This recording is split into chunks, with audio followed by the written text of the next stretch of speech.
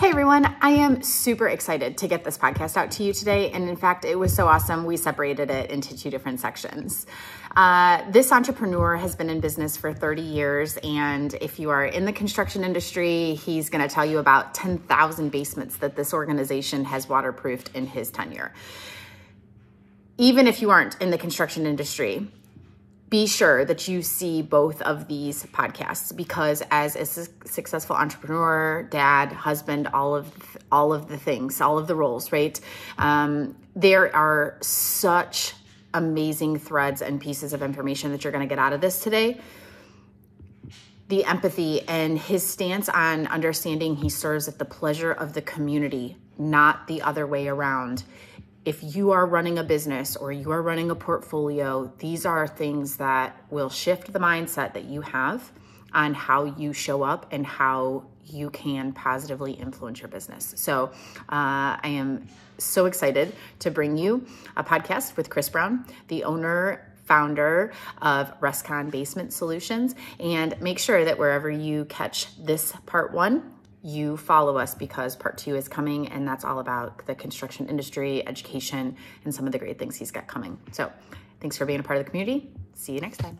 Good morning, everyone. All right, welcome to the Oxygen Podcast. I am so excited to have what has become a personal friendship, but also a great colleague of mine joining us today.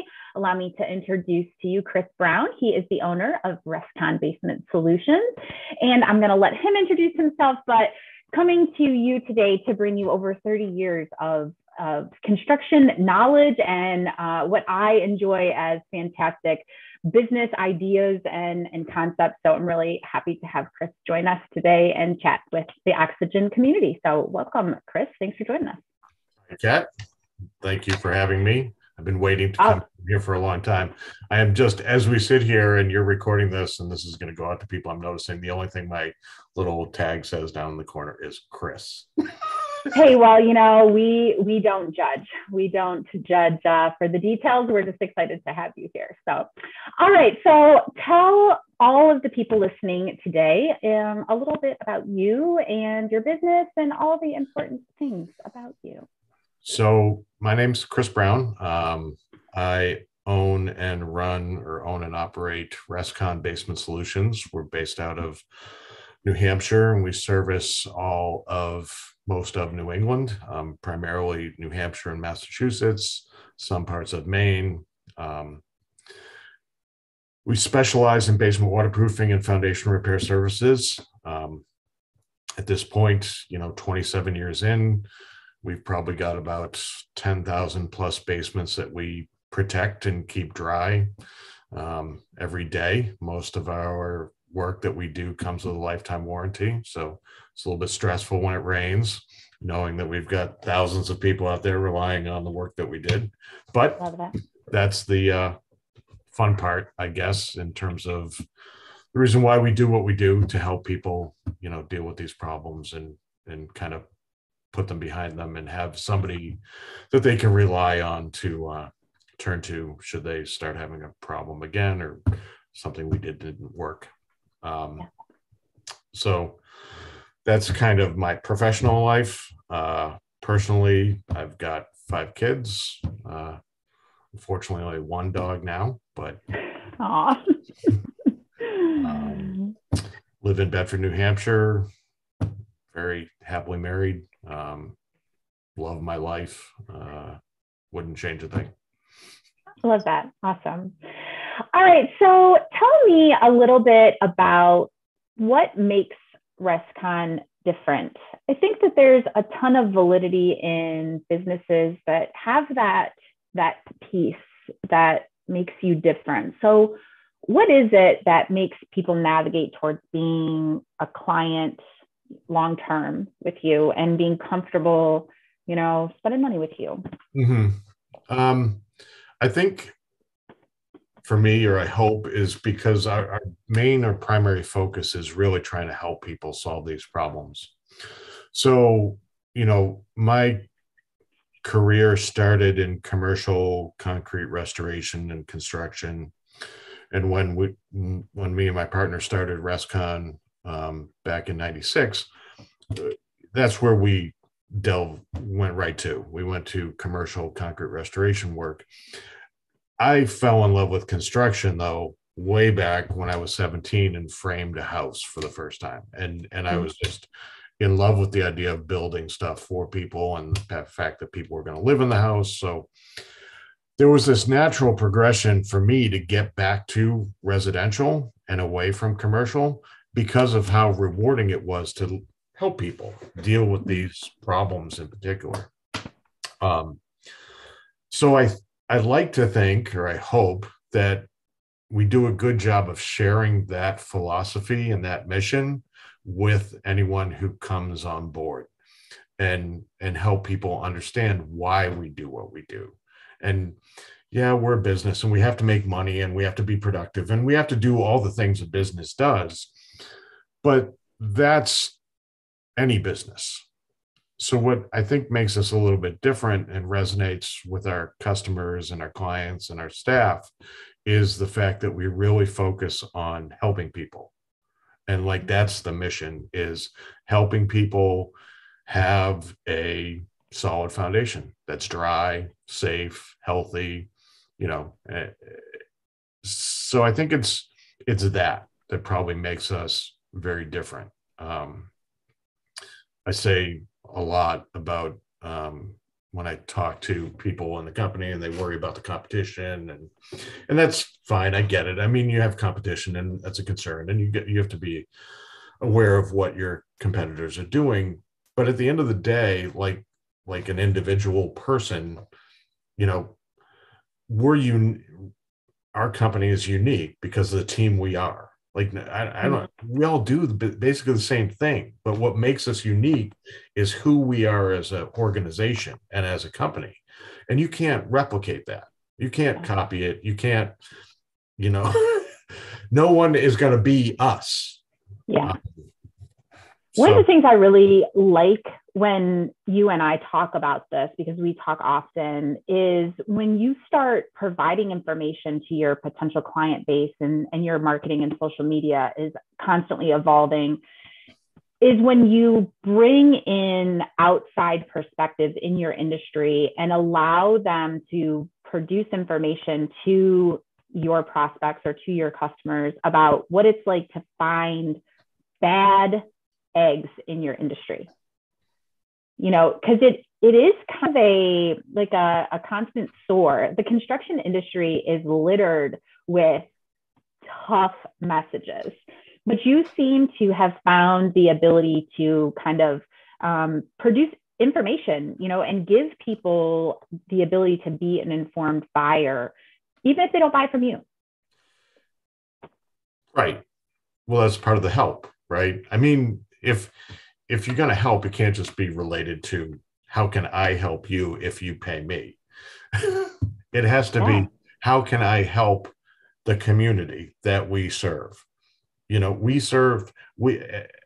I think my perspective as a business owner is we serve at the pleasure of the community, not the other way around. Like, if it wasn't for the community and the clients and the customers and the people that we do business for, I'm sitting at home with everyone else doing nothing. Like, it is very important that we recognize that we're here to serve and help the community as our mission, and whatever that looks like. And sometimes that's going to be not something we can help them with. Or maybe it is, you know, helping discover or find ways to make sure you're hiring the right contractor, even if it's not us. You know, here's some things you can look for when you're trying to navigate this very, very difficult challenge. Even I have in finding contractors to do work for you on your house. It is, I think people underestimate how, this is the other problem with contractors.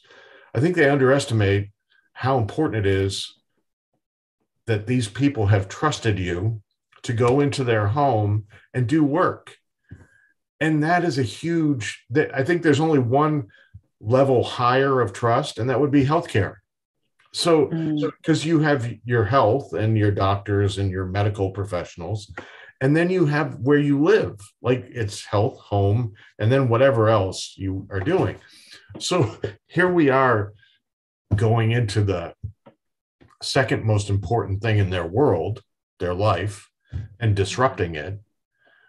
We have to be respectful and communicate and talk to them and make sure we're not, doing anything to completely ruin their home life. Yeah. And so they're usually pretty vulnerable by the time you get there, right? It could be a proactive situation, but a lot of times it's probably been a little shaky at some point in the near recent that's time. That's the other part of this is like any contractor who tells you they're perfect in this, or they're batting 100 in terms of, going into somebody's house and not creating a problem or something goes wrong. Well, either they just started up and they haven't done many jobs, or they're just lying. Because if you do enough, over time, you do enough jobs. I mean, I have guys unplugged, or crew members unplugged a refrigerator down in the basement and forgot to plug it back in. Yes, absolutely. And I am sure I've cut thousands of dollars worth of reimbursement checks for people's groceries. It's an unfortunate reality, but our job is not to, fight back and push back and say, well, we're not responsible. That just happened. It's a mistake. We are responsible. It's our job to be better and be cognizant of what we're doing and the impact we're having. So I'm not sure where I was going with this. I think ultimately for contractors, I think it would be really beneficial if more contractors understood how much the homeowner is entrusting you to really take care of them, and how vulnerable they are. Yeah, that's a crazy perspective, that right underneath your health is your home. That's exactly where you guys are at. I don't know that I've ever really thought of it that way. So that's wow.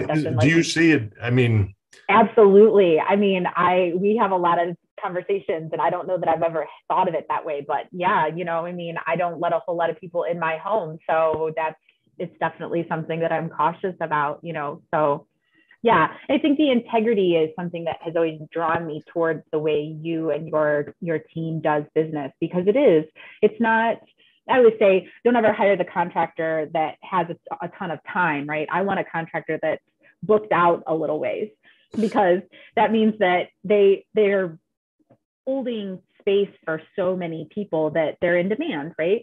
But it's interesting to me when we start to talk about things like, is it integrity? What are all the qualities that makes a contractor in demand? And I think you hit a couple of really important ones for people to consider.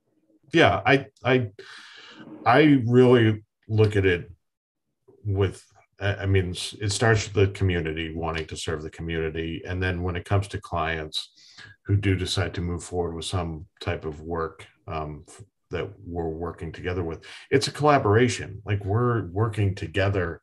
It's always challenging when you've got a client who has had very bad experiences, and you're trying to undo a lot of the damage that gets caused by contractors who don't recognize this, because they are, very nervous that, you're going to be like their other experiences, and it's only a matter of time.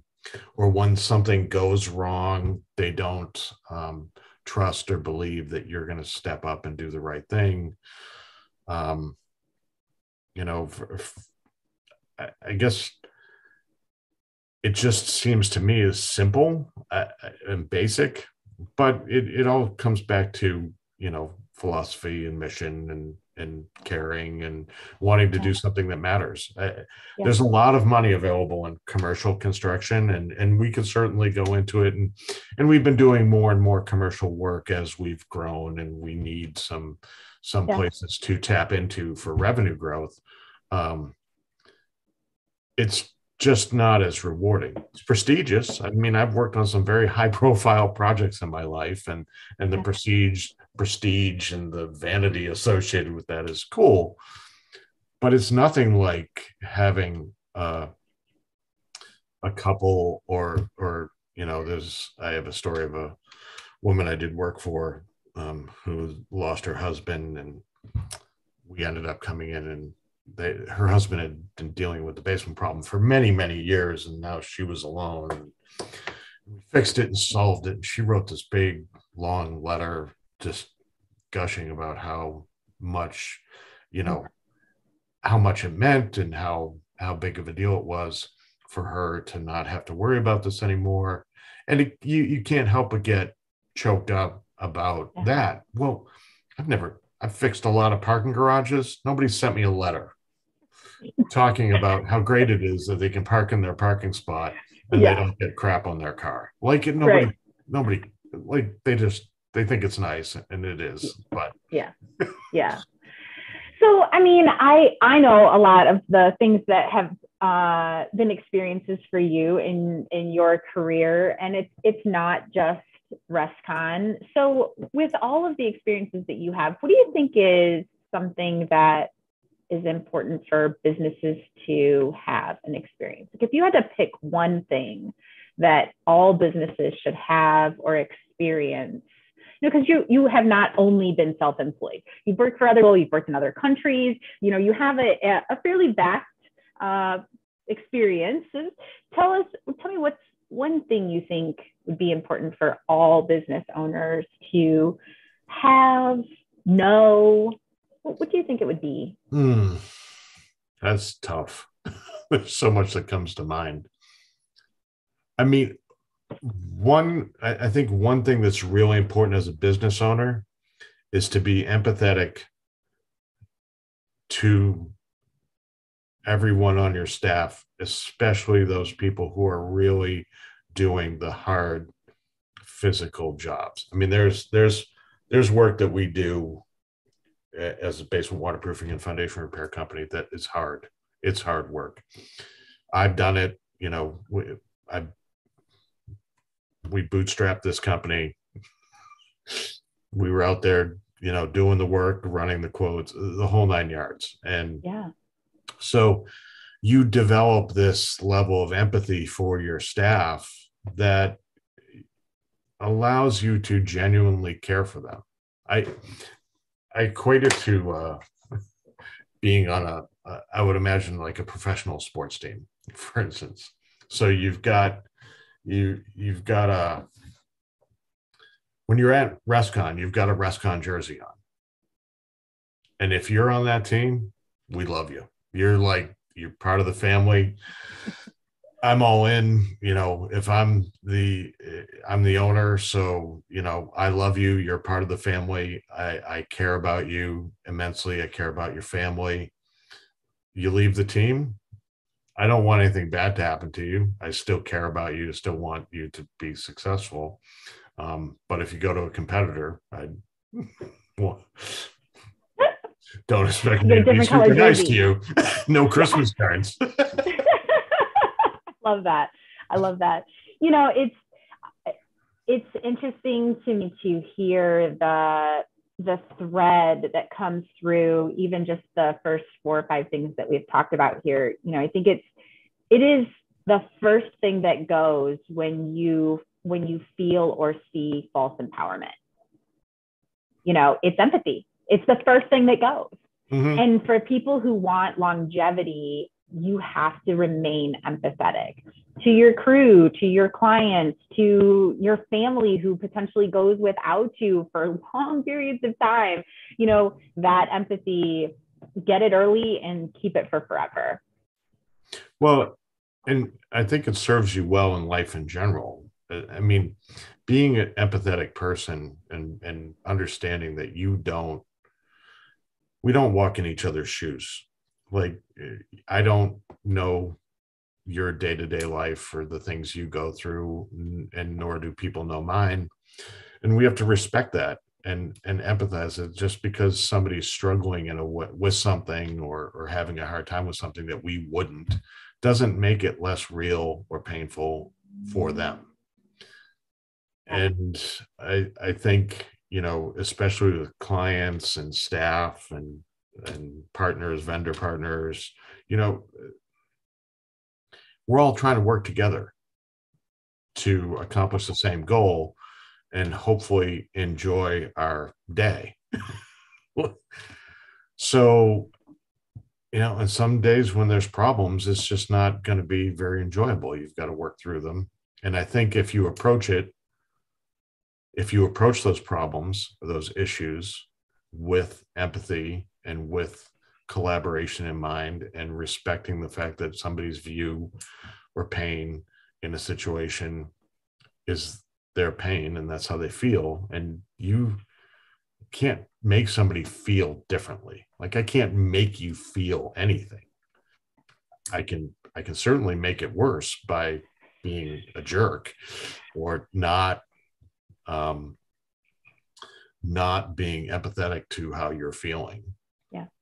And whether you like it or not, the days of business where you could get away with being a dictator and not giving a crap about how people feel or the community that you serve, like, those days are over. We live in a very connected world where, social media, public reviews, customer reviews, everyone knows a lot about anything that you may be doing. So in a connected world like that, you can't walk around just being an a-hole. Like, that's Right. not going to cut it. You've got to be out there trying to work in this community environment that we have now. Yeah, I think that it is so interesting to see the evolution of companies that did exist when that was an option, and whether they chose to change, evolve, pivot. Especially companies who survived a pandemic. Again, you changed, evolved, pivoted. I would also say that companies that can't change and evolve probably aren't still around. So, choose what works for you, but how will you serve? I'm sure that over the course of 30 years, your business looks just a tad different than it did when it started. Yeah, well, a lot different. I think one thing, I don't know. I think I was lucky to recognize this early on, but how important customer reviews were going to be in the world of the internet. And it was a big focus of mine, and has been for a long time, is customer satisfaction, delivering a high quality product and service, and making sure we're bringing the best value to our customers. And yeah, the pandemic certainly changed things. I mean, without a doubt, really shifted people's mindsets on work-life balance and that whole kind of thing that a lot of us struggle with. But I think even going further back, I mean, the internet in your pocket has only been around for 15 years or so. Like, we grew up, there was no internet at all. Like, it just I'm older than Google, Chris. I'm older than Google. Yeah. So I think the connectivity, I think you combine the pandemic with the connectivity of the internet and society, and you can't think that you are going to run a business the same way you did in 1980. It's not going to work. I mean, I try not to actually, with all the business stuff I listen to, which is never ending. Right. I actually try not to listen to a lot of business research related to stuff that was in the 60s to the 80s to the 90s, because they didn't have the internet. It's a different landscape for businesses. I think not only do you have to, but you need to want to do business differently as it continues to evolve, if you want a business that's going to continue. Right. Yes. Agreed. I mean, technology changes everything, and it's moving way faster So, you have to adapt. I was listening to something today. No time soon, we're going back to riding horses, right? I mean, that's not going to happen. And because things well, I do, but that's for fun. I know, but you want to, we want to talk about climate change. We should all go back to riding on horses. If we rode horses, we wouldn't have cars. It wouldn't be a big deal. Right. Exactly. A little conspiracy theory.